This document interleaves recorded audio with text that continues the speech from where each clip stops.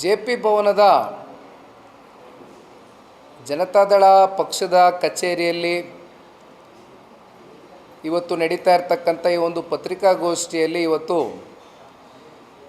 ದೃಶ್ಯ ಮಾಧ್ಯಮ ಹಾಗೂ ಪತ್ರಿಕಾ ಮಾಧ್ಯಮದ ಎಲ್ಲ ಮಾಧ್ಯಮದ ಮಿತ್ರರಿಗೆ ಮೊದಲನೇದಾಗಿ ಯುಗಾದಿ ಹಬ್ಬದ ಆರ್ಥಿಕ ಶುಭಾಶಯಗಳನ್ನ ಕೋರ್ತಾ, ನಿಮ್ಮ ಮೂಲಕ ರಾಜ್ಯದ 7.5 ಕೋಟಿ ಕನ್ನಡಿಗರಿಗೂ ಕೂಡ ಈ ವರ್ಷ ಎಲ್ಲರ ಜೀವನದಲ್ಲಿ ಸುಖ, ಶಾಂತಿ, ನೆಮ್ಮದಿ, ಯಶಸ್ಸು ಎಲ್ಲವೂ ಕೂಡ ತಾಯಿ ಚಾಮುಂಡೇಶ್ವರಿಯ ಒಂದು ಅನುಗ್ರಹದಿಂದ ದೊರಕಲಿ ಅಂತಕ್ಕಂಥದ್ದನ್ನು ಈ ಸಂದರ್ಭದಲ್ಲಿ ಆಶಿಸ್ತಾ, ಇವತ್ತಿನ ಪತ್ರಿಕಾಗೋಷ್ಠಿ ಕರೀಲಿಕ್ಕೆ ಮುಖ್ಯವಾದಂಥ ಉದ್ದೇಶ,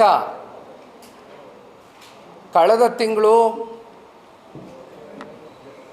ರಾಜ್ಯದ ಮುಖ್ಯಮಂತ್ರಿಗಳು, ಆರ್ಥಿಕ ಸಚಿವರು 16ನೇ ಬಜೆಟ್ನ ಏನು ಮಂಡನೆಯನ್ನು ಮಾಡಿದರು, ಆ ಸಂದರ್ಭದಲ್ಲಿ ಕೆಲವೊಂದಷ್ಟು Karnataka transparency public procurement act ಕಾಯ್ದೆ ಏನಿದೆ, ಇದು 1999ರಲ್ಲಿ ಮೊದಲು ಘೋಷಣೆ ಆದ ನಂತರ 2000 ಇಸ್ವಿನಲ್ಲಿ ಜಾರಿಗೆ ಬಂದಂಥದ್ದು ನಮ್ಮೆಲ್ಲರಿಗೂ ತಿಳಿದಿರ್ತಕ್ಕಂಥ ವಿಚಾರ. ಈ ಒಂದು KPTT ಆ್ಯಕ್ಟ್ನ ಒಂದು ಕಾಯ್ದೆಯ ಗೈಡ್ಲೈನ್ಸ್ ಅಡಿ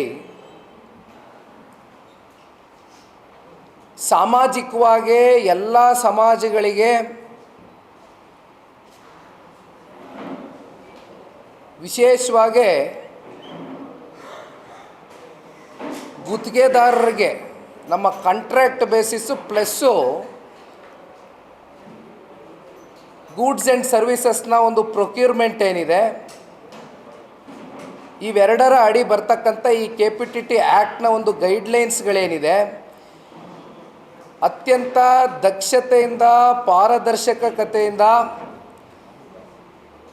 ಈ ಒಂದು KPTT ಮೂಲಕ ಎಲ್ಲ ಸಮುದಾಯಗಳಿಗೆ, ಸಮಾಜಗಳಿಗೆ ಗುರುತಿಸ್ತಕ್ಕಂಥ ಒಂದು ಕೆಲಸ ಆಗಬೇಕು ಅಂತಕ್ಕಂಥದ್ದು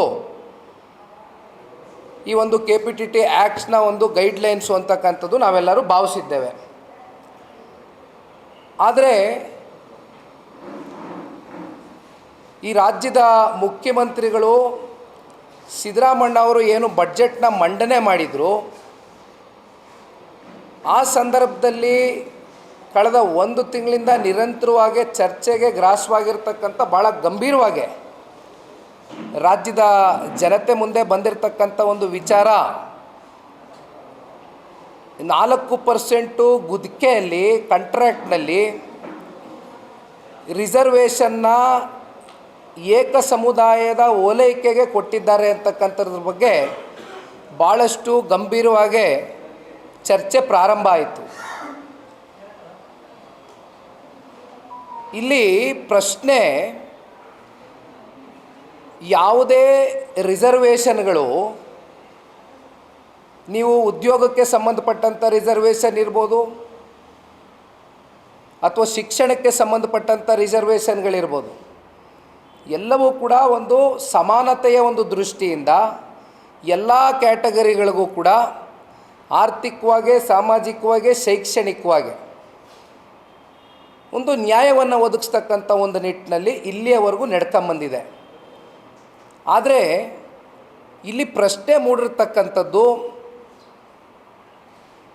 ಇವತ್ತು 2B ಕ್ಯಾಟಗರಿಗೆ ಇವತ್ತೇನೊಂದು ರಿಸರ್ವೇಷನ್ನ 4% ಅಂತಕ್ಕಂಥದ್ದು ಕಾಂಟ್ರಾಕ್ಟ್ ಬೇಸಿಸ್, ಅಂದರೆ 2 ಕೋಟಿಯ ಒಳಗೆ ಇರ್ತಕ್ಕಂಥ ಒಂದು ಲಿಮಿಟೇಷನ್ನ ಕಾಂಟ್ರಾಕ್ಟ್ ಏನಿದೆ, ಜೊತೆಯಲ್ಲಿ ಗೂಡ್ಸ್ ಆ್ಯಂಡ್ ಸರ್ವಿಸಸ್ ಪ್ರೊಕ್ಯೂರ್ಮೆಂಟ್ನಲ್ಲಿ ಬರ್ತಕ್ಕಂಥ 1 ಕೋಟಿ ರೂಪಾಯಿಯಷ್ಟು ಈ ಒಂದು ದರದ ಒಳಗಡೆ, ಈ ವ್ಯಾಪ್ತಿ ಒಳಗಡೆ ಸೇರ್ಕೊಳ್ತಕ್ಕಂಥ ಈ ಒಂದು 4% ರಿಸರ್ವೇಷನ್ನ ವಿಶೇಷವಾಗಿ ಇವತ್ತೇನು 2B ಕ್ಯಾಟಗರಿಗೆ ಕೊಟ್ಟಿರ್ತಕ್ಕಂಥದ್ದು. ಬಹುಶಃ ಈ ಸಂದರ್ಭದಲ್ಲಿ ಪ್ರಶ್ನೆ ಮೂಡಿದಾಗ ರಾಜ್ಯದ ಮುಖ್ಯಮಂತ್ರಿಗಳೇ ಸ್ವತಃ ಸಂಜೆ ಒಂದು ಪತ್ರಿಕಾಗೋಷ್ಠಿಯಲ್ಲಿ ಒಂದು ಮಾತನ್ನು ಹೇಳ್ತಾರೆ. ನಾವು ಕೇವಲ ಒಂದು ಸಮುದಾಯಕ್ಕೆ ಸೀಮಿತವಾಗಿ ರಿಸರ್ವೇಷನ್ನ ಕೊಟ್ಟಿರ್ತಕ್ಕಂಥದ್ದಲ್ಲ, ಅಲ್ಪಸಂಖ್ಯಾತರ ಒಂದು ಹಿತದೃಷ್ಟಿಯ ಹಿನ್ನೆಲೆಯಲ್ಲಿ ನಾನು ಈ ರಿಸರ್ವೇಷನ್ನ ಕೊಟ್ಟಿದ್ದೇನೆ. ಅಲ್ಪಸಂಖ್ಯಾತರು ಅಂದರೆ ಕ್ರಿಶ್ಚಿಯನ್ರು ಬರ್ತಾರೆ, ಬುದ್ಧಿಸ್ಟ್ಗಳು ಬರ್ತಾರೆ, ಜೈನರು ಬರ್ತಾರೆ, ಇವೆಲ್ಲ ಸಮುದಾಯಗಳು ಬರುತ್ತೆ, ಎಲ್ರಿಗೂ ಕೊಟ್ಟಿದ್ದೇನೆ ಅಂತಕ್ಕಂಥದ್ದನ್ನ ಹೇಳ್ತಾರೆ. ಆದರೆ ವಾಸ್ತವದಲ್ಲಿ 2B ಕ್ಯಾಟಗರಿಗೆ ಸೇರ್ಕೊಳ್ತಕ್ಕಂಥ ಸಮುದಾಯ ಯಾವುದು ಅಂತಕ್ಕಂಥದ್ದು ನಾವು ಪ್ರಶ್ನೆ ಮಾಡಿದಾಗ ಅಥವಾ ಅದನ್ನು ನಾವು ಅರ್ಥ ಮಾಡ್ಕೊಳ್ತಾ ಹೋದಾಗ 2B ಕ್ಯಾಟಗರಿನಲ್ಲಿ ಬರ್ತಕ್ಕಂಥದ್ದು ನಮಗೆ ವಿಶೇಷವಾಗಿ ಮುಸಲ್ಮಾನ್ ಸಮುದಾಯ. ಅದರಲ್ಲಿ ಅವರ ಸಬ್ ಕ್ಯಾಸ್ಟ್ಗಳಿರ್ಬೋದು, ಅದೇ ರೀತಿ OBC ವರ್ಗ ಇರ್ಬೋದು, ಮುಸಲ್ಮಾನ್ OBC ವರ್ಗ ಬಿಟ್ಟರೆ ಬೇರೆ ಕ್ರಿಶ್ಚಿಯನ್ರು ಇಲ್ಲ, ಬೌದ್ಧರು ಇಲ್ಲ, ಜೈನರು ಅಲ್ಲಿ ಬರಲಿಕ್ಕಿಲ್ಲ. ಅವರ OBC ಮೈನಾರಿಟಿ OBC ಅವ್ರು ಬರ್ತಕ್ಕಂಥ ಕ್ಯಾಟಗರಿನೇ ಬೇರೆ. ಆದರೆ ಇಲ್ಲಿ ಈ ರಾಜ್ಯದ ಉಪಮುಖ್ಯಮಂತ್ರಿಗಳಿಗೂ ನಾನೊಂದು ಪ್ರಶ್ನೆ ಕೇಳಲಿಕ್ಕೆ ಇಷ್ಟಪಡ್ತೇನೆ. ಕಳೆದ ಸಾರ್ವತ್ರಿಕ ಚುನಾವಣೆಯಲ್ಲಿ ಇಡೀ ರಾಜ್ಯ ನೀವು ಓಡಾಡಬೇಕಾದ್ರೆ ಒಂದು ಮಾತನ್ನು ಹೇಳಿದ್ರಿ, ನನ್ನ ಕೈಗೆ ಪೆನ್ನು ಪೇಪರ್ ಕೊಡಿ, ನಮಗೊಂದು ಆಶೀರ್ವಾದ ಮಾಡಿ, ಸಹಕಾರ ಮಾಡಿ ಅಂತ ಇಡೀ ರಾಜ್ಯ ನೀವು ಓಡಾಡಿದ್ರಿ. ತದನಂತರ ರಾಜ್ಯದ ಜನತೆಯು ಕೂಡ ಇಲ್ಲಪ್ಪ ಆಯಿತು, ಕಾಂಗ್ರೆಸ್ಗೊಂದು ಅವಕಾಶ ಕೊಡಬೇಕು ಅಂತಕ್ಕಂಥ ಒಂದು ನಿರ್ಧಾರ ಮಾಡಿ ನಿಮ್ಗೆ ಅವಕಾಶ ಕೊಟ್ಟರು. 136 ಜನ ಶಾಸಕರನ್ನ ಹೊಂದಿರತಕ್ಕಂಥ ಈ ಸರ್ಕಾರ, ಕಾಂಗ್ರೆಸ್ನ ಪಕ್ಷ, ಒಂದು ಪ್ರಶ್ನೆ ನೀವು ಮಾಡ್ಕೊಳ್ಬೇಕಾಗ್ತದೆ. ನೀವು ಈ ರೀತಿ ಕ್ಯಾಟಗರಿ ವೈಸು ನೀವು ಕಾಂಟ್ರಾಕ್ಟ್ನ ಕೊಡ್ತಕ್ಕಂಥ ವಿಚಾರವಾಗಿ ನೀವು ಮೀಸಲಾತಿ ವಿಚಾರವಾಗಿ ತಾರತಮ್ಯ ಮಾಡ್ತಕ್ಕಂಥದ್ದಾದರೆ, ಹಾಗಿದ್ದರೆ ಮಿಕ್ಕಿದ್ದು ಉಳಿದಂಥ ಸಮುದಾಯಗಳು, ಸಮಾಜಗಳು ನಿಮ್ಮ ಪರ ನಿಲ್ಲಿಲ್ವೇ? ನೀವು 136 ಶಾಸಕರನ್ನ ಹೊಂದಲಿಕ್ಕೆ ಇವತ್ತು ನಿಮ್ಮ ಜೊತೆ ಹಾಗಾದರೆ ಈ ರಾಜ್ಯದ ಸಂಪೂರ್ಣ ಎಲ್ಲ ಸಮಾಜಗಳು, ಸಮುದಾಯಗಳು ನಿಮ್ಮ ಜೊತೆ ನಿಲ್ಲಿಲ್ವೇ? ಯಾಕೆ ಈ ತಾರತಮ್ಯ? ನಿಮ್ಮ ಒಳಗಡೆ ಇರ್ತಕ್ಕಂಥ ಹಿಡನ್ ಅಜೆಂಡಾ ಏನು, ಅದನ್ನಾದರೂ ದಯಮಾಡಿ ಜನಗಳ ಮುಂದೆ ನೀವು ಇಡಬೇಕು ಅಂತಕ್ಕಂಥದ್ದು ನಾವು ಕೇಳಲಿಕ್ಕೆ ಬಯಸ್ತೇವೆ. ಈಗ 3A ಕ್ಯಾಟಗರಿ ಅವ್ರು ಏನು ತಪ್ಪು ಮಾಡಿದ್ದಾರೆ? 3B ಕ್ಯಾಟಗರಿ ಅವ್ರು ಏನು ತಪ್ಪು ಮಾಡಿದ್ದಾರೆ? ಎಕನಾಮಿಕಲಿ ವೀಕರ್ ಸೆಕ್ಷನ್ಸ್ ಏನು ತಪ್ಪು ಮಾಡಿದ್ದಾರೆ? ಕ್ಯಾಟಗರಿ 1 ಅವ್ರಿಗೆ ಯಾಕೆ ನೀವು ನೋಡಿಲ್ಲ? ಕ್ಯಾಟಗರಿ TOI ಅವ್ರಿಗೂ ಕೊಡಿ. ಬರೀ 2B ಅವ್ರಿಗೆ ನೀವು ಈ ಕಾಂಟ್ರಾಕ್ಟ್ ಬೇಸಿಸ್ಸು ದೇವರಾಜಣ್ಣವ್ರು ಹೇಳ್ದಂಗೆ ಸ್ಪೆಸಿಫಿಕ್ ಆಗಿ ನೀವು ಇವರಿಗೆ ನೀವು 4% ರಿಸರ್ವೇಷನ್ನ ಕೊಡ್ತೀರಾ ಈ ಕಾಂಟ್ರಾಕ್ಟ್ನಲ್ಲಿ ಅಂದರೆ, ಇದರ ಹಿಂದಿನ ಉದ್ದೇಶಗಳೇನು, ಇದರ ಹಿಂದಿನ ಅಜೆಂಡಾ ಏನು ಅಂತಕ್ಕಂಥದ್ದು ಇವತ್ತು ಸಾರ್ವಜನಿಕ ವಲಯದಲ್ಲಿ ಇವತ್ತು ಭಾಳ ಅನುಮಾನಗಳಿಗೆ ಎಡೆ ಮಾಡಿಕೊಟ್ಟಿದೆ ನಿಮ್ಮ ಈ ನಡೆಗಳು ಅಂತಕ್ಕಂಥದ್ದು ಭಾಳ ಸ್ಪಷ್ಟ. ಅದರಲ್ಲಿ ಯಾವುದೇ ಅನುಮಾನಗಳಿಲ್ಲ. ಹಾಗಾಗಿ ಈ ವಿಚಾರಕ್ಕೆ ಸಂಬಂಧಪಟ್ಟಂತೆ ಇವತ್ತು ವಿಶೇಷವಾಗಿ ನಾವು ಪ್ರೆಸ್ ಮೀಟನ್ನು ಕರೆದಿರ್ತಕ್ಕಂಥದ್ದು, ಇವತ್ತೇನು ನೀವು 4% ರಿಸರ್ವೇಷನ್ನು 2B ಕ್ಯಾಟಗರಿ ಅವ್ರಿಗೆ ಕೊಟ್ಟಿದ್ದೀರಲ್ಲ, ನೀವು ಹಿಂದೆ ಒಂದು ಕ್ಯಾಂಪೇನ್ನೇ ರನ್ ಮಾಡಿದ್ರಿ. ಅವತ್ತು ನಮ್ಮ ಮಿತ್ರ ಪಕ್ಷವಾದಂಥ BJP ಆಡಳಿತದಲ್ಲಿ ಇದ್ದಂಥ ಸಂದರ್ಭದಲ್ಲಿ 40% ಕಮಿಷನ್ ಅಂತಕ್ಕಂಥದ್ದನ್ನು ನೀವು ಒಂದು ದೊಡ್ಡ ಕ್ಯಾಂಪೇನ್ನ ರನ್ ಮಾಡಿದ್ರಿ. ಬಟ್ ಅಲ್ಟಿಮೇಟ್ಲಿ ಇವತ್ತು ಆ ಪರ್ಸೆಂಟೇಜು ಯಾವ ಹಂತಕ್ಕೆ ಹೋಗಿ ನಿಂತಿದೆ ಅಂತಕ್ಕಂಥದ್ದು ಸ್ವಪಕ್ಷೀಯರೇ ನಿಮ್ಮ ಪಕ್ಷದಲ್ಲೇ ಮಾತನಾಡ್ತಕ್ಕಂಥದ್ದನ್ನು ಸಾರ್ವಜನಿಕವಾಗಿ ನಾವು ನೋಡಿದ್ದೇವೆ. ಈಗೇನು ಪಾಪ ನೀವು 4% ರಿಸರ್ವೇಷನ್ ಕೊಟ್ಟಿದ್ದೀರಲ್ಲ 2B ಕ್ಯಾಟಗರಿ ಅವ್ರಿಗೆ, ಹಾಗಿದ್ರೆ ಅವ್ರಿಗೇನಾದರೂ ಒಂದು ಸ್ವಲ್ಪ ಹೃದಯ ವೈಶಾಲ್ಯತೆ ತೋರಿಸಿ ಏನಾದರೂ ಡಿಸ್ಕೌಂಟ್ ಏನಾದರೂ ಮಾಡಿಕೊಡ್ತಾರೆ ಈ ಸರ್ಕಾರ, ಏನಾದರೂ ಪರ್ಸೆಂಟೇಜ್ನ ತಗೊಳ್ತಕ್ಕಂಥದ್ರಲ್ಲಿ ಅಂತಕ್ಕಂಥದ್ದು ಇವತ್ತು ನಾವು ಪ್ರಶ್ನೆ ಮಾಡಬೇಕಾಗ್ತದೆ.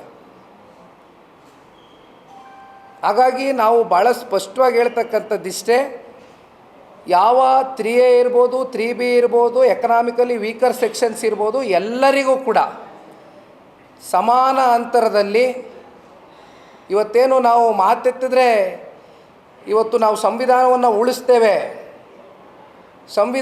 ಉಳಿಸ್ತೇವೆ ಅಂತಕ್ಕಂಥದ್ದನ್ನು ಮಾತೆತ್ತಿದ್ರೆ ಕೇಂದ್ರದ ನಾಯಕರು ಕೈಯಲ್ಲಿ ಪುಸ್ತಕ ಇಟ್ಕೊಂಡು ಗಂಟೆ ಅಳ್ಳಾಡ್ಸೋದು ನಾವು ನೋಡಿದ್ದೀವಿ. ಆದರೆ ಸಂವಿಧಾನವನ್ನು ನೀವು ಯಾವ ರೀತಿ ಉಳಿಸ್ಬೇಕು, ಎಲ್ಲ ಸಮಾಜಗಳಿಗೆ ನ್ಯಾಯವನ್ನು ಒದಗಿಸ್ಕೊಡ್ತಕ್ಕಂಥದ್ದು ಆಗಬೇಕು ಅಂದರೆ ಅವ್ರನ್ನ ಆರ್ಥಿಕವಾಗಿ ನೀವು ಸಬಲರಾಗಿ ಮಾಡಬೇಕಾಗ್ತದೆ. ಎಲ್ಲರೂ ಸಮಾನತೆಯ ದೃಷ್ಟಿಯಿಂದ ಎಲ್ಲರೂ ಆರ್ಥಿಕವಾಗಿ ಒಂದು ಸಬಲರಾಗಿ ಮಾಡ್ತಕ್ಕಂಥದ್ದು ಇವತ್ತು ಸರ್ಕಾರಗಳ ಮೂಲ ಉದ್ದೇಶ ಆಗಿರಬೇಕು ಹೊರತುಪಡಿಸಿ. ಆದರೆ ಈ ರೀತಿ ಓಲೈಕೆ ರಾಜಕಾರಣ, ಈ ರೀತಿ ಏಕ ಸಮುದಾಯವನ್ನು ಮೆಚ್ಚಿಸಲಿಕ್ಕೆ ಈ ರೀತಿಯಾದಂಥ ತೀರ್ಮಾನಗಳು ತಗೊಳ್ತಕ್ಕಂಥದ್ದಾದರೆ ಇನ್ನು ಮಿಕ್ಕಿದ ಸಮುದಾಯಗಳ ಪರಿಸ್ಥಿತಿಗಳೇನು? ಅವರನ್ನು ಕೂಡ ನೀವು ಸಮಾನತೆಯನ್ನು ಕಾಡಬೇಕೋ ಬೇಡವೆ? ಈಗ ಯಾವ ರೀತಿ ಜನರಲ್ ರಿಸರ್ವೇಷನ್ಸ್ ಬಂದಾಗ ನೀವು ಎಜುಕೇಷನಲ್ಲಿ ತಗೊಳ್ಳಿ ಅಥವಾ ಉದ್ಯೋಗದಲ್ಲಿ ತಗೊಳ್ಳಿ, ಎರಡೂ ಕಡೆ ನೀವು ಸಮಾನತೆಯಿಂದ ಇವತ್ತು ಏನು ಈ ರಿಸರ್ವೇಷನ್ನ ಪರ್ಸೆಂಟೇಜ್ ಹಂಚಿಕೆ ಆಗಿದೆ, ಅದೇ ರೀತಿ ಇವತ್ತು OBC ಮೈನಾರಿಟೀಸು, ಇವತ್ತು ಕ್ರಿಶ್ಚಿಯನ್ರು, ಬೌದ್ಧರು, ಜೈನರು ಎಲ್ಲರೂ ಇದ್ದಾರೆ. ಇವೆಲ್ಲ ಕ್ಯಾಟಗರಿಗಳಿಗೂ ಕೂಡ ನೀವು ಸಮಾನತೆಯ ಒಂದು ದೃಷ್ಟಿಯಿಂದ ತೀರ್ಮಾನಗಳು ತಗೊಳ್ಬೇಕಾಗಿತ್ತು. ಆದರೆ ಇವತ್ತು ಕೇವಲ ನೀವು ಒಂದು ಸಂಜೆ ಪ್ರೆಸ್ ಮೀಟಲ್ಲಿ ಮುಖ್ಯಮಂತ್ರಿಗಳೇ ಹೇಳ್ತಾರೆ ಮೈನಾರಿಟಿ ಅಂದರೆ ಜೈನರು ಬರ್ತಾರೆ, ಬೌದ್ಧರು ಬರ್ತಾರೆ, ಕ್ರಿಶ್ಚಿಯನ್ರು ಬರ್ತಾರೆ, ಎಲ್ಲರೂ ಬರ್ತಾರೆ ಅಂತ. ಬರ್ತಾರೆ ಸರಿ, ಬಟ್ ನೀವು ರಿಸರ್ವೇಷನ್ ಕೊಟ್ಟರೆ OBC ಮೈನಾರಿಟೀಸು ಅಂತ ನೀವು ಸಪ್ರೇಟಾಗಿ ಅವ್ರಿಗೇನಾದರೂ ಪ್ರೋಗ್ರಾಮ್ಸ್ ಲಿಸ್ಟ್ ಔಟ್ ಮಾಡಿದ್ದೀರಾ? ನೀವು ಕೊಟ್ಟಿರೋದೇ 2B ಅವರಿಗೆ. 2Bನಲ್ಲಿ ಸೇರ್ತಕ್ಕಂಥವ್ರು ಯಾರು? ಇರೋವಂಥ ಸಮುದಾಯಗಳು ಯಾರು? ಅಲ್ಲ, ನಾವು ಈ ಸಮುದಾಯಕ್ಕೆ ಕೊಡಬೇಡಿ ಅಂತಕ್ಕಂಥದ್ದು ನಾವು ವಿರೋಧಿಸ್ತಾ ಇಲ್ಲ. We are very clear about our thoughts. ನಾವು ಅದನ್ನು ಕ್ರಿಟಿಸೈಸ್ ಮಾಡ್ತಾ ಇಲ್ಲ. ನೀವು ಕೊಡೋದೇ ಆದಾಗ ಈಗ ಮೈನಾರಿಟೀಸು ಅಂತ ನೀವೇ ಹೇಳಿದ್ದೀರಿ, ಮಿಕ್ಕಿದ ಸಮುದಾಯಗಳಿಗೂ ಸೇರಿಸ್ಬೇಕಾಗಿತ್ತು. 3A 3B ಏನು ಮಾಡಿದರು? ಅವ್ರಿಗೂ ಸೇರಿಸ್ಬೇಕಾಗಿತ್ತು ಅಂತಕ್ಕಂಥದ್ದನ್ನು ಈ ಸಂದರ್ಭದಲ್ಲಿ ನಾವು ಪಕ್ಷದ ಕಡೆಯಿಂದ ಈ ಒಂದು ವಿಚಾರವನ್ನು ಆಗ್ರಹಿಸ್ಲಿಕ್ಕೆ ಬಯಸ್ತೇವೆ ಸರ್ಕಾರಕ್ಕೆ. ಈ ವಿಷಯವಾಗಿ ವಿಶೇಷವಾಗಿ ಇವತ್ತು ಪ್ರೆಸ್ ಮೀಟನ್ನು ಕರೆದಿರ್ತಕ್ಕಂಥದ್ದು. ಇನ್ನು ಇದೇ ವಾರ ಅತಿ ಶೀಘ್ರದಲ್ಲಿ ರಾಜ್ಯದಲ್ಲಿ ಈಗಾಗಲೇ ಕಾಂಗ್ರೆಸ್ನ ಪಕ್ಷ ಹತ್ತತ್ರ 2 ವರ್ಷ ಪೂರೈಸ್ತಾ ಇದೆ ಆಡಳಿತಕ್ಕೆ ಬಂದು.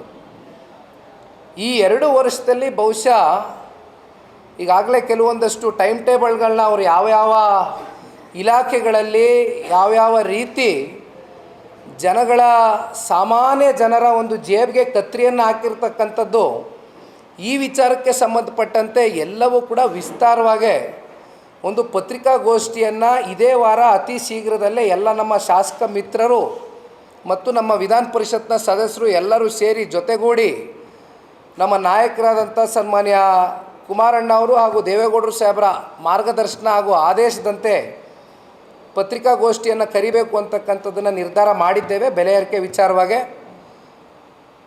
ಮುಂದೆ JDS ಪಕ್ಷ ಯಾವ ರೀತಿ ಜನಸಾಮಾನ್ಯರ ಮೇಲೆ ಇವತ್ತು ಈ ರಾಜ್ಯ ಸರ್ಕಾರ ಯಾವ ರೀತಿ ಒಂದು ಒತ್ತಡವನ್ನು ಹೇರಿದೆ, ಅವರ ಪ್ರತಿನಿತ್ಯ ಜೀವನದಲ್ಲಿ ಯಾವ್ಯಾವ ರೀತಿ ಅವ್ರನ್ನ ಸಂಕಷ್ಟದಲ್ಲಿ ಸಿಲುಕಿಸಿದೆ ಅಂತಕ್ಕಂಥದ್ದು ಇವತ್ತು ಪ್ರತಿನಿತ್ಯ ಡಿಸ್ಕಷನ್ ಆಗ್ತಾಯಿದೆ. ನಿನ್ನೆ ಕೂಡ ಕಸ ವಿಲೇವಾರಿ ಏನು ಸಾಲಿಡ್ ವೇಸ್ಟ್ ಮ್ಯಾನೇಜ್ಮೆಂಟ್ ವಿಚಾರವಾಗಿ ಈಗಾಗಲೇ ಚದರಡಿಗೆ ಸೆಸ್ಸನ್ನು ಫಿಕ್ಸ್ ಮಾಡ್ಕೊಂಡಾಗಿದೆ. ನಿನ್ನೆ ದಿನ ಅದು ಕೂಡ ಮಾಧ್ಯಮದಲ್ಲಿ ಭಾಳ ಗಂಭೀರವಾಗಿ ಚರ್ಚೆ ನಡೀತಾ ಇದೆ. ಹಲವಾರು ವಿಚಾರಗಳಿದೆ. ಇವತ್ತು ಮೆಟ್ರೋ ದರ ಮೇಲಕ್ಕೇರಿದೆ. ಇವತ್ತು ನಿಮಗೆ ಪೆಟ್ರೋಲು ಡೀಸೆಲ್ಲು ಸೆಸ್ಸು ಬರ್ತಾ ಇದ್ದಂಗೆ ಫಸ್ಟ್ ಮಾಡಿದ್ದೆ ಅದನ್ನು. ಇಂಥ ಈ ರೀತಿ ಅನೇಕ ವಿಚಾರಗಳು ಬೆಲೆ ಏರಿಕೆ ಇವತ್ತು ರಾಜ್ಯದ ಜನಸಾಮಾನ್ಯರ ಮೇಲೆ ಇವತ್ತು ಈ ರಾಜ್ಯ ಸರ್ಕಾರ ಏನು ಮಾಡಿದ್ದಾರೆ, ಇದನ್ನು ಖಂಡಿಸಿ ಜನತಾದಳ ಪಕ್ಷ ಉಗ್ರವಾದಂಥ ಪ್ರತಿಭಟನೆ ಹೋರಾಟಗಳು ಅತಿ ಶೀಘ್ರದಲ್ಲೇ ನಾವು ಹಮ್ಮಿಕೊಳ್ತಕ್ಕಂಥದ್ದಕ್ಕೆ ಈಗಾಗಲೇ ಪಕ್ಷದ ಚೌಕಟ್ಟಿನಲ್ಲಿ ಪಕ್ಷದ ನಾಯಕರ ಜೊತೆ ಕೂತು ಕೆಲವೊಂದಷ್ಟು ತೀರ್ಮಾನಗಳು ಹಾಗೂ ಚರ್ಚೆಗಳು ನಡೀತಾ ಇದೆ. ಆ ಹಿನ್ನೆಲೆಯಲ್ಲಿ ಇದೇ ವಾರ ಅತಿ ಶೀಘ್ರದಲ್ಲೇ ಒಂದು ಪತ್ರಿಕಾಗೋಷ್ಠಿಯನ್ನು ವಿಶೇಷವಾಗಿ ನಾನು ಹೇಳಿದಂತೆ ಬೆಲೆ ಏರಿಕೆ ವಿಚಾರಕ್ಕೆ ಸಂಬಂಧಪಟ್ಟಂತೆ ಪತ್ರಿಕಾಗೋಷ್ಠಿಯನ್ನು ಇಟ್ಕೊಳ್ತೇವೆ. ಆ ಸಂದರ್ಭದಲ್ಲಿ ಎಲ್ಲವೂ ಕೂಡ ವಿಸ್ತಾರವಾಗಿ ನಿಮ್ಮ ಮುಂದೆ ಜನಗಳ ಮುಂದೆ ಇಡ್ತಕ್ಕಂಥ ಒಂದು ಕೆಲಸವನ್ನು ಜನತಾದಳ ಪಕ್ಷ ಮಾಡುತ್ತೆ ಅಂತಕ್ಕಂಥದ್ದನ್ನು ಹೇಳಲಿಕ್ಕೆ ಬಯಸ್ತೇನೆ.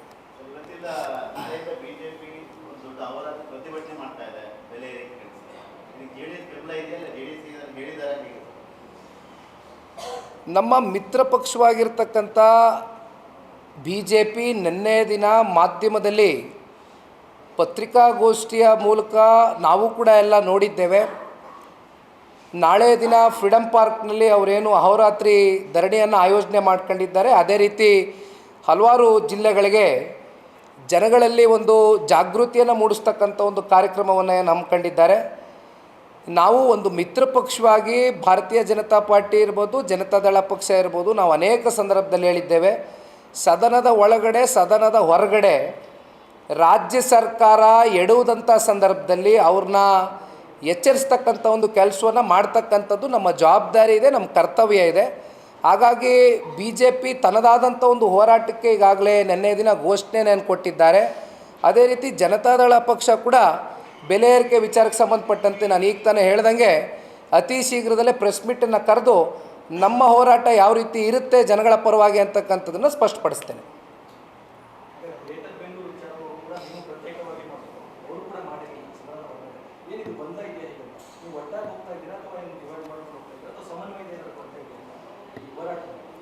ಇಲ್ಲ, ಸಮನ್ವಯತೆ ಅಂತಕ್ಕಂಥದ್ದು ಸಹಜವಾಗಿ ನೋಡಿ, ಇತ್ತೀಚೆಗೆ ನಾವು ಭಾರತೀಯ ಜನತಾ ಪಾರ್ಟಿ ಇರ್ಬೋದು, JDS ಇರ್ಬೋದು, ಇತ್ತೀಚೆಗೆ ನಾವು ಕಳೆದ ಲೋಕಸಭಾ ಚುನಾವಣೆ ಸಂದರ್ಭದಲ್ಲಿ ಒಂದು ಮಿತ್ರತ್ವವನ್ನು ಇವಾಗ ತಾನೇ ಒಂದು ಸಂಬಂಧವನ್ನು ನಾವೇನೋ ಬೆಳೆಸ್ಕೊಂಡಿದ್ದೇವೆ. ಸಮನ್ವಯತೆ ಅಂತಕ್ಕಂಥದ್ದು ಸ್ವಾಭಾವಿಕವಾಗೇ ನಮ್ಮ ಸ್ವಪಕ್ಷದಲ್ಲೂ ಕೂಡ ಒಂದೊಂದು ಸಲ ನಾವು ಯಾರಿಗಾರು ಫೋನ್ ಮಾಡಿ ಕರೀಲಿಲ್ಲ ಅಂತ ಹೇಳಿದಾಗ ಅವರು ಕೂಡ ಎಷ್ಟೋ ಸಲ ಟರ್ನ್ಔಟ್ ಆಗಲಿಕ್ಕಿಲ್ಲ. ಸೊ ಸಮನ್ವಯತೆಯ ಕಾಪಾಡ್ತಕ್ಕಂಥ ದೃಷ್ಟಿಯಲ್ಲಿ ಕಮಿಟಿಗಳಾಗಬೇಕಾಗ್ತದೆ ಮುಂದಿನ ದಿನಗಳಲ್ಲಿ. ಇವೆಲ್ಲವೂ ಕೂಡ ರಾಜ್ಯ BJP ಹಾಗೂ ರಾಜ್ಯ JDSಸು ಸಮನ್ವಯತೆಯ ದೃಷ್ಟಿಯಿಂದ ಒಂದು ಕಮಿಟಿಯನ್ನು ಮಾಡ್ಕೊಳ್ತಕ್ಕಂಥ ಕೆಲಸವನ್ನು ನಾವು ಮಾಡ್ತೇವೆ ಅಂತಕ್ಕಂಥದ್ದು ಹೇಳಲಿಕ್ಕೆ ಬಯಸ್ತೇನೆ. ಆದರೆ ನಮ್ಮಲ್ಲಿ ಯಾವುದೇ ರೀತಿ ಗೊಂದಲ ಅಂತಕ್ಕಂಥ ಪ್ರಶ್ನೆ ಇಲ್ಲ, ಇಲ್ಲಿ ಗೊಂದಲದ ಪ್ರಶ್ನೆ ಇಲ್ಲ. ಬಟ್ ಸಮನ್ವಯತೆ ಇನ್ನೂ ಹೆಚ್ಚಾಗೆ ಸ್ವಲ್ಪ ಆ ಬಾಂಡಿಂಗ್ ಇನ್ನೂ ಹೆಚ್ಚಾಗಿ ಬೆಳಿಬೇಕು ಅಂತಕ್ಕಂಥದ್ದು ನಮ್ಮೆಲ್ಲರ ಒಂದು ಅಭಿಲಾಷೆ. ಸರ್, ಸಮನ್ವಯದ ಕೊರತೆ ಸದನದಲ್ಲೂ ಎದುರಾಗ್ತದೆ. ನಿಮ್ಗೆ ಗೊತ್ತಿರ್ತದೆ, ನಿಮಗೆ ಮಸೂದೆಗಳು ಬಂದಾಗ GTA ದೇವರು ನಿಮಗೆ ಅಂತ ನೀವು ನೋಡಿದ್ದೀವಿ, ವಿಧಾನ ಪರಿಷತ್ತಲ್ಲಿ ಭೋಜೇಗೌಡರು ನಿಮಗೆ ಅಂತ ನೀವು ನೋಡಿದ್ದೀವಿ. ಅಂದರೆ ಏನಂತಾರೆ, ನಿಮ್ಮ ಪಕ್ಷದಲ್ಲೂ ಕೂಡ ನಾನು ಕೆಲವು ಶಾಸಕರ ಹೆಸರು ಹೇಳೋಕ್ಕೆ ಇಷ್ಟಪಡ್ತೀನಿ, ಚೆನ್ನಾಗಿದೆ. ಅದನ್ನು ನೀವೆಲ್ಲಿ ಫೇಲ್ಯೂರ್ ಆಗಿದೆ ಅನ್ನೋದನ್ನು ನೀವು ಆತ್ಮವಿಮರ್ಶೆ ಮಾಡಿದ್ರೆ ಚೆನ್ನಾಗಿದೆ ಅಂತ ಅನಿಸುತ್ತೆ ನಿಮ್ಮ ಪಕ್ಷದ ದೃಷ್ಟಿ. ಅದರ ಜೊತೆಗೆ ನಮ್ಮ ಸ್ನೇಹಿತರು ಹೇಳಿದರೆ BJP ಮತ್ತು JDS ಕೇವಲ ನೀವು ಪತ್ರಿಕಾ ಹೇಳಿಕೆ ಅಥವಾ ಚಾನಲ್ ನಿಮಗೆ ಒಟ್ಟಾರೆಯಾಗಿ ಸಮನ್ವಯದ ಕೊರತೆ ಎದ್ದು ಕಾಣ್ತಾನೆ ಇದೆ. ನೀವು ಆ ಥರ ನೋಡಿದ್ರೆ ನೀವು ಸದನದ ಒಳಗಡೆ ಹೊರಗಡೆ ಒಟ್ಟಾಗಿ ನೀವು ಜನರ ಮುಂದೆ ಹೋದರೆ ಅದರ ಪರಿಣಾಮ ಬೇರೆ ಆಗ್ತಾ ಇದೆ. ಈಗ ಗ್ರೇಟರ್ ಬ್ಯಾಂಗ್ಳೂರು ಬಿಲ್ ವಿಚಾರಕ್ಕೆ ಸಂಬಂಧಪಟ್ಟಂತೆ ರಾಜ್ಯಪಾಲರಿಗೆ ಮೆಮೊರೆಂಡಮ್ನ ಕೊಡಬೇಕಾದಂಥ ಸಂದರ್ಭದಲ್ಲಿ ಸುರೇಶ್ ಬಾಬುರವರು JDLP ನಾಯಕರು ಉಪಸ್ಥಿತರಿದ್ದರು. ಇದು ಕೂಡ ಮೊನ್ನೆ ಈ ಸಮನ್ವಯತೆ ಮತ್ತು ಕೆಲವೊಂದಷ್ಟು ಗೊಂದಲಗಳಾಗ್ತಾ ಇದೆ ಅಂತಕ್ಕಂಥ ಒಂದು ವಿಚಾರ ಬಂದಾಗ ಸ್ವತಃ ಸನ್ಮಾನ್ಯ ಕುಮಾರಣ್ಣ ಅವರೇ ಈ ಫೋಟೋಗಳನ್ನ ಟ್ಯಾಗ್ ಮಾಡಿ ಟ್ವೀಟ್ ಮಾಡಿದ್ರಿ, ನಾನು ಕೂಡ ಮಾಡಿದ್ದೆ ಅದನ್ನು. ಆದರೆ ಒಪ್ಕೊಳ್ತೀನಿ ಸರ್, ಈಗ ಕೆಲವೊಂದಷ್ಟು ವ್ಯಕ್ತಿಗಳು ಅವರ ಕೆಲವೊಂದಷ್ಟು ವೈಯಕ್ತಿಕ ನಡೆನೋ ಅಥವಾ ಅವರ ರಾಜಕಾರಣದ ಕೆಲವೊಂದಷ್ಟು ತೀರ್ಮಾನಗಳು ಅವರು ವ್ಯಕ್ತಪಡಿಸಿರ್ಬೋದು, ನಾನು ಇಲ್ಲ ಅಂತ ಹೇಳಲ್ಲ, ನಾನು ಡಿಫೆಂಡ್ ಮಾಡ್ಕೊಳ್ಳಿಕ್ಕೆ ಹೋಗೋದಿಲ್ಲ. ಆದರೆ ನಮಗೆ ಇವತ್ತು ಇರ್ತಕ್ಕಂಥ 18 ಜನ ಶಾಸಕರೇನಿದ್ದಾರೆ, 18 ಜನ ಶಾಸಕರಲ್ಲಿ ಬಹುತೇಕ ಎಲ್ಲರೂ ಕೂಡ ಇವತ್ತು ನಿರಂತರವಾಗಿ ಸನ್ಮಾನ್ಯ ಕುಮಾರಣ್ಣ ಅವ್ರ ಜೊತೆ ಸಂಪರ್ಕದಲ್ಲಿದ್ದಾರೆ. ಜೊತೆಯಲ್ಲಿ ನಾನು ಹಿಂದೆನೂ ಹೇಳಿದ್ದೆ ಕಳೆದ ಪ್ರೆಸ್ ಮೀಟಲ್ಲಿ, ಯಾವಾಗ ಈ ಸೆಷನ್ನು ಪ್ರಾರಂಭ ಆಯಿತು ಹಿಂದಿನ ದಿನ ಸನ್ಮಾನ್ಯ ಕುಮಾರಣ್ಣ ಅವ್ರ ಜೊತೆಯಲ್ಲಿ ಎಲ್ಲರೂ ಶಾಸಕರು ಕೂತಿದ್ರು. ಎಲ್ಲರನ್ನೂ ಕರೆದು ಕೂರಿಸ್ಕೊಂಡು ಯಾವ ರೀತಿ ನಾವು ಒಟ್ಟಾಗಿ ಹೋಗಬೇಕು, JDS BJP ಜೊತೆಯಲ್ಲಿ ನಮ್ಮ ಪಾರ್ಟಿಯ ನಿಲುವುಗಳೇನು, ನಾವು ಎಷ್ಟು ಬದ್ಧತೆ ಇಟ್ಕೊಂಡಿದ್ದೀವಿ ಈ ರಾಜ್ಯದ ಜನತೆ ಪರವಾಗಿ ಅಂತಕ್ಕಂಥದ್ದನ್ನು ಕೂಡ ನೀವು ತೋರಿಸ್ಬೇಕಾಗ್ತದೆ ಅಂತಕ್ಕಂಥ ಅಡ್ವೈಸನ್ನು ಕೂಡ ಸನ್ಮಾನ್ಯ ಕುಮಾರಣ್ಣವ್ರು ಮಾಡಿದಾಗ ನಾನು ಕೂಡ ಉಪಸ್ಥಿತನಿದ್ದೆ ಅಣ್ಣ. ಹಾಗಾಗಿ ಸಣ್ಣ ಪುಟ್ಟ ಒಬ್ಬರೋ ಇಬ್ಬರೋ ಅಲ್ಲಿ ಇಲ್ಲಿ ಯಾವುದಾದ್ರೂ ಒಂದಷ್ಟು ವಿಚಾರದ ಹೇಳಿಕೆಯನ್ನು ಅಷ್ಟು ಗಂಭೀರವಾಗಿ ಪರಿಗಣನೆಗೆ ತಗೊಳ್ಬಾರ್ದು ಅಂತಕ್ಕಂಥದ್ದು ನನ್ನ ಮನವಿ. ಕಾಂಗ್ರೆಸ್ನ ಆಂತರಿಕ ಕಚ್ಚಾಟದ ನಡುವೆ ಸತೀಶ್ ಜಾರಕಿಹೊಳಿ ಅವರು ನಿಮ್ಮ ತಾತ ಮತ್ತು ನಿಮ್ಮ ತಂದೆಯವ್ರನ್ನ ಭೇಟಿ ಮಾಡಿದ್ದಾರೆ. ಕಾಂಗ್ರೆಸ್ನ ಭಾಳ ಬಲಿಷ್ಠವಾದಂಥ ನಾಯಕರು ಸಚಿವರು ಸತೀಶ್ ಜಾರಕಿಹೊಳಿಯವರು ಬಹುಶಃ ಪಾರ್ಲಿಮೆಂಟ್ ಸೆಷನ್ ನಡಿಬೇಕಾದಂಥ ಸಂದರ್ಭದಲ್ಲಿ ಸನ್ಮಾನ್ಯ ದೇವೇಗೌಡರು ಸಾಹೇಬರು ಪಾರ್ಲಿಮೆಂಟ್ ಇದ್ದಾಗ ಯಾವಾಗಲೂ ಕೂಡ ಡೆಲ್ಲಿನಲ್ಲಿ ಇರ್ತಾರೆ ಸ್ವಾಭಾವಿಕವಾಗಿ. ಅದೇ ರೀತಿ ಕುಮಾರಣ್ಣವರು ಕೂಡ ಇದ್ದಂಥ ಸಂದರ್ಭದಲ್ಲಿ ಅವರು ಬಹುಶಃ ಅವರ ಕೇಂದ್ರದ ನಾಯಕರನ್ನು ಕೂಡ ಭೇಟಿ ಮಾಡ್ತಕ್ಕಂಥದ್ದಕ್ಕೆ ಅವ್ರು ಸಮಯ ನಿಗದಿ ಮಾಡ್ಕೊಂಡಿದ್ರು ಅಂತಕ್ಕಂಥದ್ದನ್ನ ಅವರು ಕೂಡ ಅದರ ಮಾಧ್ಯಮದಲ್ಲಿ ಸ್ಪಷ್ಟಪಡಿಸಿದ್ದಾರೆ. ಜೊತೆಯಲ್ಲಿ ಬಹುಶಃ ಒಂದು ಸೌಹಾರ್ದಯುತವಾದಂಥ ಒಂದು ಭೇಟಿ ಸನ್ಮಾನ್ಯ ದೇವೇಗೌಡರನ್ನ ಕುಮಾರಣ್ಣನ ಕುರಿತು ಒಂದಷ್ಟು ಸಮಯ ಜೊತೆಯಲ್ಲಿ ಕೂತು ಮಾತನಾಡಿ ಹೋಗಿದ್ದಾರೆ ಅಂತಕ್ಕಂಥ ಮಾಹಿತಿ ನನಗಿದೆ. ಮುಖ್ಯಮಂತ್ರಿ ಬದಲಾವಣೆಯಲ್ಲಿ ಜೆಡಿಎಸ್ ಸಪೋರ್ಟ್ ಕೇಳಕ್ಕೆ ಹೋಗಿದ್ರು ಅಂತೇಳಿ ಇಲ್ಲ, ನನ್ನ ಗಮನದಲ್ಲಿದ್ದಂಗೆ ಇವೆಲ್ಲ ಮುಖ್ಯಮಂತ್ರಿ ಬದಲಾವಣೆ ಇವೆಲ್ಲವೂ ಕೂಡ ಬಹುಶಃ ಮಾಧ್ಯಮದಲ್ಲಿ ಉಟ್ಕೊಂಡಿರ್ತಕ್ಕಂಥ ಒಂದು ಸೃಷ್ಟಿ ಅಂತಕ್ಕಂಥದ್ದು ನನ್ನ ಭಾವನೆ ಸರ್. ಆದರೆ ಈ ವಿಚಾರಕ್ಕೆ ಸಂಬಂಧಪಟ್ಟಂತೆ ಯಾವುದೇ ಮಾತುಕತೆ ಆಗಿಲ್ಲ ಅಂತಕ್ಕಂಥದ್ದು ನನ್ನ ಭಾವನೆ. ಕಾಂಗ್ರೆಸ್ನಲ್ಲಿ ಎಸ್ಪೆಷಲಿ ಹನಿ ಟ್ರ್ಯಾಪ್ ಮತ್ತೆ ಕೊಲೆ ಸುಪಾರಿ ಪ್ರಕರಣ ಬಹಳ ಚರ್ಚೆ ಆಗ್ತಾ ಇದೆ ಸರ್. ಈಗ ಸದನದ ಒಳಗಡೆ ಕಾಂಗ್ರೆಸ್ನ ಸ್ವಪಕ್ಷೀಯರೇ, ಅವರ ಶಾಸಕರೇ, ಅವರ ಮಂತ್ರಿಗಳೇ, ರಾಜ್ಯದ ಮುಖ್ಯಮಂತ್ರಿಗಳನ್ನ, ಕ್ಯಾಬಿನೆಟ್ನ ಭಾಳ ಪ್ರಭಾವಿ ಮಂತ್ರಿಗಳೇ ಅವರೇ ನಿಂತು ಸದನದ ಒಳಗಡೆ ಹನಿ ಟ್ರ್ಯಾಪ್ ವಿಚಾರವಾಗಿ ಪ್ರಸ್ತಾವನೆ ಮಾಡಿದರು. ಅದು ಜಗಜ್ಜಾಹಿರ, ಇಡೀ ರಾಜ್ಯದ ಜನತೆಗೆ ನೀವು ಕೂಡ ಮಾಧ್ಯಮದ ಮೂಲಕ ಪ್ರಸಾರ ಮಾಡಿದ್ದೀರಿ. ತದನಂತರ ಅವರ ಸುಪುತ್ರರು ಇತ್ತೀಚೆಗೆ ಬಂದು ಅವರು ಕೊಟ್ಟಂಥ ಹೇಳಿಕೆಗೂ ಇವೆಲ್ಲವನ್ನು ಗಮನಿಸಿದಾಗ ಇದೆಲ್ಲವನ್ನು ಕೂಡ ಇವತ್ತು ರಾಜ್ಯದ ಜನತೆ ಮುಂದೆ ನಾನು ಇಡ್ಲಿಕ್ಕೆ ಬಯಸ್ತೇನೆ. ಯಾಕಂದರೆ ಅಲ್ಟಿಮೇಟ್ಲಿ ನಮಗೆ ಸಿನಿಮಾ ಟೀಸರ್ ತೋರಿಸಿದ್ದೇ ಬೇರೆ, ಆದರೆ ಸಿನಿಮಾ ನೋಡ್ಲಿಕ್ಕೆ ಹೋದಾಗ ಆ ಟೀಸರ್ನಲ್ಲಿದ್ದಂಥ ಯಾವ ಎಲಿಮೆಂಟ್ಸು ಕೂಡ ಕಾಣಲಿಲ್ಲ, ಆ ಸಿನಿಮಾನೇ ಬೇರೆ ಆಗಿತ್ತು. ಹಾಗಾಗಿ ನಮಗೆ ಗೊತ್ತಿಲ್ಲ, ಸ್ವಪಕ್ಷೀಯರು ಅವರೇ ಕೊಟ್ಟರು ಹೇಳಿಕೆ. It is left on them. Honey trap ಇದರಲ್ಲಿ ಇವತ್ತು ಒಂದು ಅರೆಸ್ಟ್ ಮಾಡಿದ್ದಾರೆ ಬೇರೆ ಡಿಪಾರ್ಟ್ಮೆಂಟ್ ಸಿಸಿಬಿ ಅಂದ್ರೆ ಹನಿ ಟ್ರ್ಯಾಪ್ಗಳು ಜಾಸ್ತಿ ಆಗ್ತಾ ಇದೆಯಲ್ಲ, ರಾಜಕಾರಣಿಗಳು ಇದ್ದಾರೆ, ಬೇರೆಯವರು. ಇದು ಪ್ರಜಾಪ್ರಭುತ್ವಕ್ಕೆ ಅತ್ಯಂತ ಮಾರಕವಾದಂಥ ವಿಚಾರಗಳು.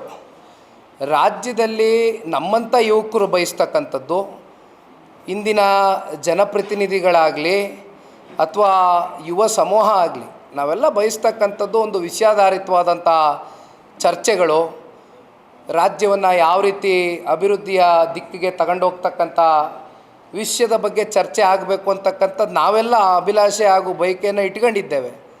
ಆದರೆ ವಿಪರ್ಯಾಸ ಇವತ್ತು ವಿಧಾನಸೌಧ ಅಂತಕ್ಕಂಥದ್ದು ನಾವೆಲ್ಲರೂ ಇವತ್ತು ಅದನ್ನು ದೇವಸ್ಥಾನ, ಒಂದು ದೇವಾಲಯ, ಒಂದು ದೇವದ ಗುಡಿ ಅಂತಕ್ಕಂಥದ್ದು ನಾವು ಭಾವಿಸಿದ್ದೇವೆ. ಅಂಥ ಒಂದು ದೇವಾಲಯದಲ್ಲಿ ಹನಿ ಟ್ರ್ಯಾಪ್ ಅಂತಕ್ಕಂಥ ವಿಚಾರ ಚರ್ಚೆಗೆ ಬರುತ್ತೆ, ಮುನ್ನೆಲೆಗೆ ಬರುತ್ತೆ ಅಂತಕ್ಕಂಥದ್ದಾದರೆ ನಿಜಕ್ಕೂ ಇದು ಪ್ರಜಾಪ್ರಭುತ್ವದ ದೃಷ್ಟಿಯಲ್ಲಿ ಅತ್ಯಂತ ಮಾರಕವಾದಂಥ ವಿಚಾರ, ಅತ್ಯಂತ ಮಾರಕವಾದಂಥ ವಿಚಾರ. ಆದರೆ ಒಂದಣ ನಾನು ಕಳೆದ ಪ್ರೆಸ್ ಮೀಟ್ನಲ್ಲೂ ಹೇಳಿದೆ, ಈಗ ಯಾವುದೋ ಒಂದು ಸ್ಥಾನಮಾನದ ಅಪೇಕ್ಷೆ ಅಭಿಲಾಷೆಯನ್ನು ಇಟ್ಕೊಂಡಂಥ ವ್ಯಕ್ತಿ ಈಗ ಯಾರು ಕೂಡ ಇವತ್ತು ನಮಗೆ ಸ್ಥಾನಮಾನ ಬೇಡ, ನಮಗೆ ಪೊಸಿಷನ್ ಬೇಡ, ನಮ್ಗೆ ಅಧಿಕಾರ ಬೇಡ ಅಂತಕ್ಕಂಥವ್ರು ಯಾರೂ ಹೇಳೋದಿಲ್ಲ. ಎಲ್ಲರೂ ಕೂಡ ಇವತ್ತು ರಾಜಕಾರಣಕ್ಕೆ ಬಂದಿರೋವಂಥದ್ದು, ಇಲ್ಲಪ್ಪ ನಾವು ಜನಗಳ ಹೃದಯ ಗೆಲ್ಲಬೇಕು, ಜನ ನಮ್ಗೆ ಅವಕಾಶ ಕೊಟ್ಟಂಥ ಸಂದರ್ಭದಲ್ಲಿ ನಾವೇನಾದರೂ ಒಂದು 4-6 ಒಳ್ಳೆ ಕೆಲಸ ಮಾಡಬೇಕು ಅಂತಕ್ಕಂಥದ್ದು ಇವತ್ತು ನಾವೆಲ್ಲ ಭಾವನೆ ಇಟ್ಕೊಂಡಿದ್ದೀವಿ.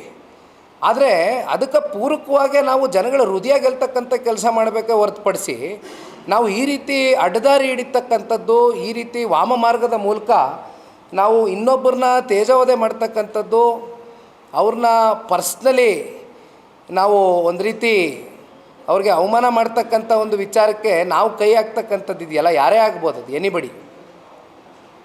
It is not good for the society, ಸಮಾಜಕ್ಕೆ ಭಾಳ ಮಾರಕ, ಅಷ್ಟಂತೂ ಹೇಳ್ಬೋದು. ಸರ್, ತಮ್ಮ ತಂದೆಯವರಿಗೆ ಮತ್ತೆ ತಮ್ಮ ಇದಕ್ಕೆ ಪಕ್ಷಕ್ಕೆ ಮಾಹಿತಿ ಇರುತ್ತೆ ಸರ್, ಹನಿ ಟ್ರ್ಯಾಪ್ ಹಿಂದಿನ ರೂವಾರಿ ಯಾರು ಅಂತ, ಯಾರು ಇರ್ಬೋದು ಸರ್? ಸರ್, ಈಗ ಸರ್ಕಾರ ನಡೆಸ್ತಾ ಇರೋರು ಕಾಂಗ್ರೆಸ್ನ ಸ್ವಪಕ್ಷೀಯರೇ, ಅವ್ರ ಮಂತ್ರಿಗಳೇ ಇವತ್ತು ಅದ್ರ ಬಗ್ಗೆ ಮಾತನಾಡಿದ್ಮೇಲೆ ಅಂತಿಮವಾಗಿ ರಾಜ್ಯದ ಜನತೆ ಮುಂದೆ ಇವೆಲ್ಲವೂ ಕೂಡ ಒಂದು ತನಿಖೆ ರೂಪದಲ್ಲಿ, ಪಾರದರ್ಶಕವಾದಂಥ ತನಿಖೆ ರೂಪದಲ್ಲಿ ಮುಂದಿಡಬೇಕಾದಂಥ ಒಂದು ಜವಾಬ್ದಾರಿ ಕರ್ತವ್ಯ ಯಾರ್ದು? ಸರ್ಕಾರದ್ದು. ಸರ್ಕಾರದಲ್ಲಿರ್ತಕ್ಕಂಥ ಪ್ರಭಾವಿ ಮಂತ್ರಿಗಳಿಗೆ ಈ ರೀತಿ ಅನುಭವ ಆಗಿದೆ ಅಂತಕ್ಕಂಥದ್ದು ಅವ್ರು ಹೇಳಿದಾಗ ಇದನ್ನು ಹೊರಗಡೆ ತಗೊಬರ್ಬೇಕಾಗಿರೋದು ಯಾರು? ಇದ್ರ ಬೆಳಕು ಚೆಲ್ಲಬೇಕಾಗಿರೋರು ಯಾರು? ಮುಖ್ಯಮಂತ್ರಿಗಳ ಆದಿಯಾಗಿ, ಗೃಹ ಸಚಿವರ ಆದಿಯಾಗಿ ಎಲ್ಲರೂ ಕೂಡ ಇದ್ರ ಬಗ್ಗೆ ಚಿಂತನೆಯನ್ನು ಮಾಡಬೇಕಾಗ್ತದೆ. ಯಾಕೆಂದರೆ ಅವ್ರು ಸಚಿವರು ಹೇಳಿರ್ತಕ್ಕಂಥದ್ದು ಭಾಳ ಗಂಭೀರವಾದಂಥ ವಿಚಾರ. ಇದನ್ನು ನಾವು ಅಷ್ಟು ಲಘುವಾಗಿ ಪರಿಗಣನೆಗೆ ತಗೊಳ್ಳಿಕ್ಕೆ ಆಗೋದಿಲ್ಲ. ಯಾಕಂದ್ರೆ ಇವತ್ತು ಸಚಿವರು ಹೇಳ್ತಾ ಇದ್ದಾರೆ, ಸಚಿವರು ಅಲ್ಲೇ ಕೂತ್ಕೊಂಡು ಹೇಳಿದ್ರು, ಇಲ್ಲ ಇವತ್ತು ನಾನಿರ್ಬೋದು, ಅಲ್ಲಿ ಎದುರುಗಡೆ ಕೂತಿರ್ತಕ್ಕಂಥ ಎರಡೂ ಪಕ್ಷದಲ್ಲೂ ಇರ್ಬೋದು ಅಂತ ಅಂದರು. ಅಂದರೆ 224 ಶಾಸಕರಿಗೂ ಸೇರಿಸಿ ಹೇಳ್ದಂಗೆ ಆಯ್ತಲ್ಲ. ಅವ್ರು ತನಿಖೆ ಮಾಡಬೇಕು, ಅವರಲ್ಲಿ ಒಂದು ಪಾರದರ್ಶಕವಾಗಿ ತನಿಖೆ ಮಾಡಿ ಸತ್ಯಾಸತ್ಯತೆ ಹೊರಗಡೆ ಇಡಬೇಕಂತ ಅವ್ರಿಗಿರ್ಬೇಕು.